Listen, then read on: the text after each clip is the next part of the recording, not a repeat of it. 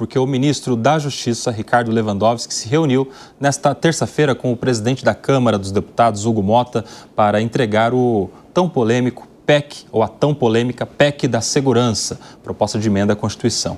O André Anelli chega no 3 em 1 com detalhes e, principalmente, Anelli, qual vai ser a prioridade neste tema a partir do que falou o presidente da Casa, o Hugo Motta? Isso mesmo, Kobayashi. Muito boa tarde a você, boa tarde a todos aqui no 3 em 1 da Jovem Pan. O presidente da Câmara dos Deputados, Hugo Motta, garantiu prioridade absoluta à proposta de emenda à Constituição da Segurança Pública. Proposta essa que foi desenhada pela equipe de Ricardo Lewandowski, ministro da Justiça e Segurança Pública. Essa medida agora começa a tramitar, então, na Câmara dos Deputados. Ela vai passar pela Comissão de Constituição e Justiça, a CCJ. Tem também uma avaliação em uma comissão especial dedicada apenas a analisar essa medida e logo depois, então, deve ir a plenário, onde precisa da aprovação em 2 turnos de 3/5 dos parlamentares. No caso da Câmara dos Deputados, são 308 votos, então, necessários para que haja a aprovação em 2 turnos. Logo depois, essa medida vem aqui para análise do Senado. O presidente lá da Casa, o deputado federal Hugo Motta, acabou dizendo então que existe uma prioridade absoluta porque a Câmara dos Deputados tem consciência de que precisa dar uma resposta à população ao crescimento da violência. Uma convergência e uma unanimidade sobre a urgência de se tratar esse tema na Câmara dos Deputados. Importante dizer que todos os partidos estavam aqui representados, os partidos da oposição, os partidos da base aliada, e todos concordaram com a urgência da Câmara dos Deputados dar uma resposta para essa situação da segurança pública. O que muito nos animou, o que muito nos estimulou para que possamos dar essa resposta que a sociedade tanto nos cobra. A gente relembra que essa medida prevê principalmente que seja incluído na Constituição aquele Sistema Único de Segurança Pública, o chamado SUSP, que na verdade já foi criado em meados de 2018 por meio de projeto de lei, mas ainda por questões burocráticas não foi incluído na Constituição e por isso então essa é a principal medida dessa proposta de emenda à Constituição, então que esse SUSP seja incluído na Carta Magna. Outras questões também acabam fazendo parte desse projeto, a exemplo de aumentar então a atuação das guardas municipais para que elas possam fazer um policiamento ostensivo, similar ao das polícias militares nos estados, e também o governo federal pretende criar uma espécie de padronização de protocolos e também de dados estatísticos para que tudo acabe seguindo então um padrão do governo federal e assim os estados não tenham grandes dificuldades em dialogar, em conversar em relação a medidas de um estado para o outro, uma vez que, nas palavras de Ricardo Lewandowski, os padrões, as diretrizes atualmente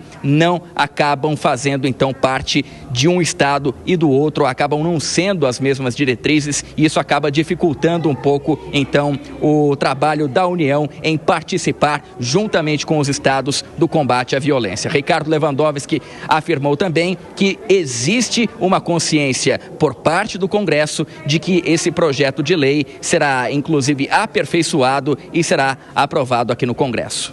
A reunião de hoje foi extremamente proveitosa. Houve uma unanimidade no sentido de reconhecer a importância de discutirmos a segurança pública em nosso país e também a relativa urgência de que isso seja feito no Congresso Nacional. Nós fizemos várias reformas estruturantes recentemente. A última delas, e também extremamente importante, foi a reforma tributária. Eu acho que agora, tanto o Poder Executivo quanto o Poder Legislativo deve à sociedade brasileira a discussão desse grande tema, que é o tema relativo à segurança pública, que ao lado da educação e a saúde preocupam o cidadão comum. Aí manifestação do ministro da Justiça e Segurança Pública, Ricardo Lewandowski, que se reuniu hoje com o presidente da Câmara, o Hugo Motta, e com os líderes partidários para entregar e apresentar a PEC da Segurança. Sobre este assunto, nós conversamos agora com o deputado Federal por São Paulo e presidente da Comissão de Segurança Pública, Paulo Bilinski. Deputado, boa tarde, bem-vindo. Boa tarde, Nelson. Muito obrigado pela oportunidade de estar aqui com vocês. Deputado, a primeira pergunta que eu te faço é sobre este caminho que apontou o presidente da Câmara, porque o senhor que preside a Comissão de Segurança seria, naturalmente, um destino natural para que essa proposta fosse inicialmente discutida pelos representantes da comissão. Mas o presidente da Casa instituiu um novo caminho, CCJ, depois uma comissão especial e plenário. Como você vê esse caminho? Você se sentiu desprestigiado, ou a sua comissão desprestigiada nesse caminho projetado pelo presidente da Casa? Não, de forma alguma.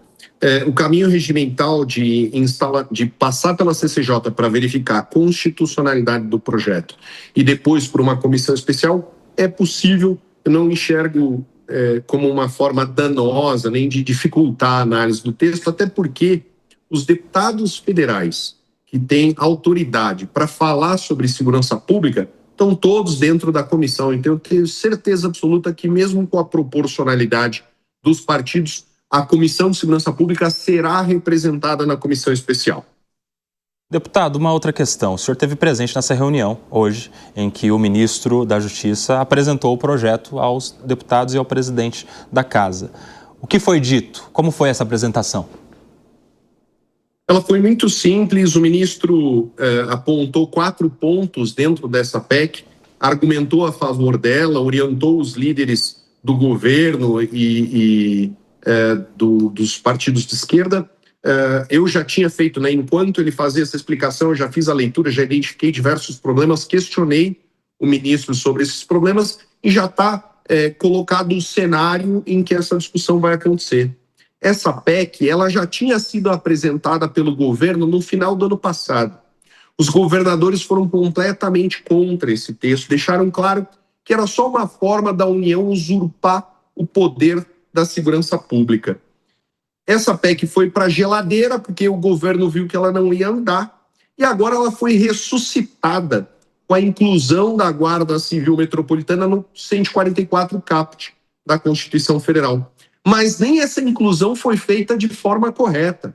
A nossa análise é que o texto tem muitos problemas técnicos, ele altera a competência legislativa da União, ele altera a competência da Polícia Federal, ele altera a competência da Polícia Rodoviária Federal e ele insere a GCM no 144 num contexto incorreto. Então esse texto, eu te digo com toda certeza, tecnicamente ele não vai passar dessa forma na Câmara dos Deputados, ele será alterado. E quando o presidente Hugo Mota falou que era uma prioridade, o que ele quis dizer é que a segurança pública é que é uma prioridade. Não é o texto do governo, não é a forma como essa PEC foi apresentada. Ele deixou claro que ela será aperfeiçoada. Deputado, vou trazer para a nossa conversa os nossos analistas aqui. O Gustavo Segré vai te fazer uma pergunta. Um prazer estar falando contigo, deputado. Uma pergunta que surge dentro de qualquer legislação deve ter umas considerações. Considerando que a segurança está ruim, que a população não está tranquila, e, enfim, uma série de considerações. Qual é o objetivo dessa PEC? Ou seja, diminuir os furos das fronteiras pelas quais entram drogas e armas para o narcotráfico? Qual seria o objetivo final que a gente possa, o dia de amanhã, se aprovada for a lei, com o texto que correspondesse, digamos, valeu a pena ter essa PEC aprovada? Esse texto não traz nenhuma vantagem para a segurança pública, ele não resolve nenhum problema da população brasileira. Esse texto é só um movimento de poder da União, de aumentar a sua capacidade de influenciar na segurança pública, que já está provado que é falho. Não existe produção de fuzil no Brasil. Fuzil, ele entra ilegalmente. Não existe produção de cocaína, de maconha. Todas essas drogas entram ilegalmente. Por quê? Porque a Polícia Federal e o governo federal não estão cumprindo com a sua missão de proteger as nossas fronteiras. Então, o que o governo está fazendo é uma jogada de poder.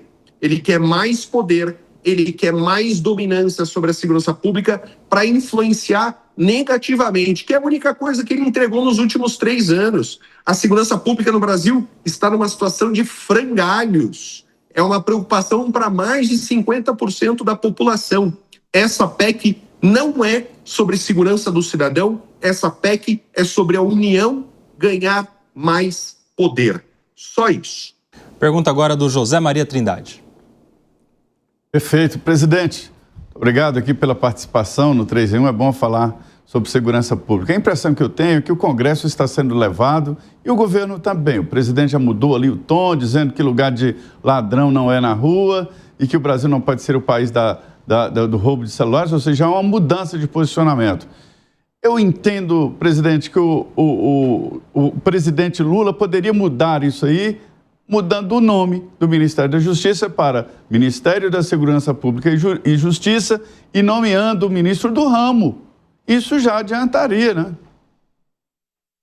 Veja, não tem nenhuma proposta do governo que seja para aumentar a pena, para diminuir saidinha, para diminuir progressão de regime. Não tem nada sobre isso. O governo não toca no assunto.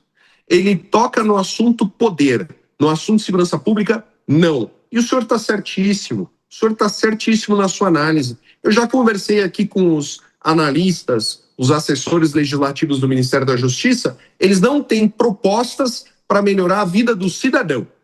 Esse é o ponto. O Ministério da Justiça está lutando por poder. Ele quer colocar a segurança pública na mão da União. Ele quer criar uma guarda bolivariana. Ele quer impedir os estados de trabalhar como estão trabalhando.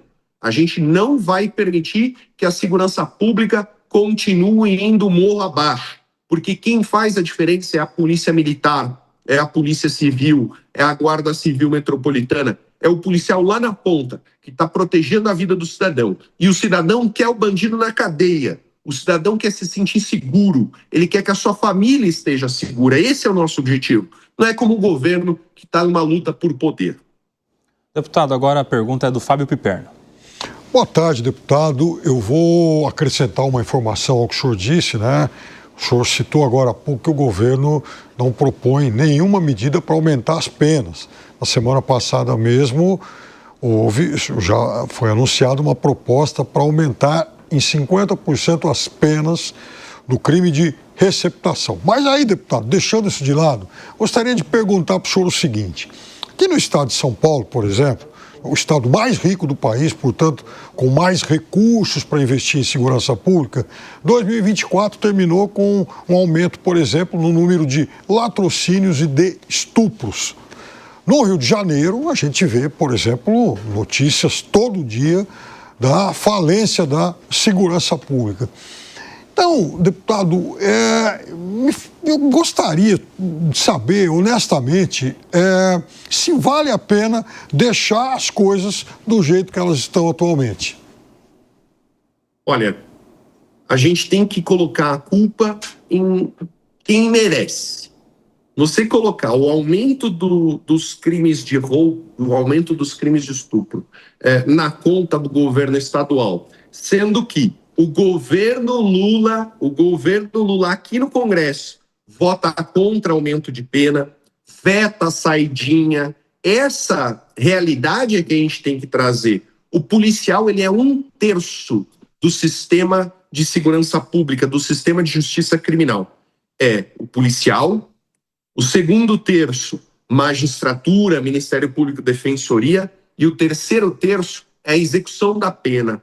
Esses dois elementos aqui estão extremamente prejudicados por uma legislação fraca, uma legislação que prevê penas baixas, que executa mal a pena e que permite a reincidência por não agravar, não dificultar a progressão. O plano é simples. Não pode valer a pena ser bandido. Não pode valer a pena praticar crime. Tudo isso tem que ser controlado. E como que a gente controla? Prendendo mais e mantendo preso. É só uma conta matemática. O ladrão tem que parar para pensar, será que vale a pena eu roubar aquela senhora ali na rua se eu vou ficar 8 anos privado completamente da minha liberdade, privado de convívio com a minha família, estando preso dentro de um presídio? Quando o ladrão tiver certeza de que não vale a pena, ele não vai praticar o crime. Tá? Eu tenho 12 anos de experiência como delegado de polícia, trabalhei no departamento de homicídios, no interior, na capital. Eu sempre troquei ideia com o ladrão e eu sempre percebi o quê? O ladrão não é burro. Ele faz uma conta. Quando ele pratica o crime, ele pensa, a chance de eu ser pego é pequena, se eu for pego, eu não vou ficar preso, se eu for condenado, a pena é pequena, eu já vou progredir. Então, no final das contas, é isso. Hoje, vale a pena ser bandido. O que a gente tem que fazer é reverter essa situação. E essa PEC do governo não está revertendo a situação, não está tornando pior a situação do bandido. Deputado, nós temos mais um minutinho, dá tempo de mais uma última pergunta do Alan Gani. Boa tarde, deputado. Eu concordo absolutamente com esse diagnóstico que o senhor faz em relação à impunidade. Mas muitos dizem que lei já tem, mas a aplicação dessa lei é muito branda. Como é que a gente consegue modificar isso, a cabeça aí de muitos juízes na aplicação dessa lei?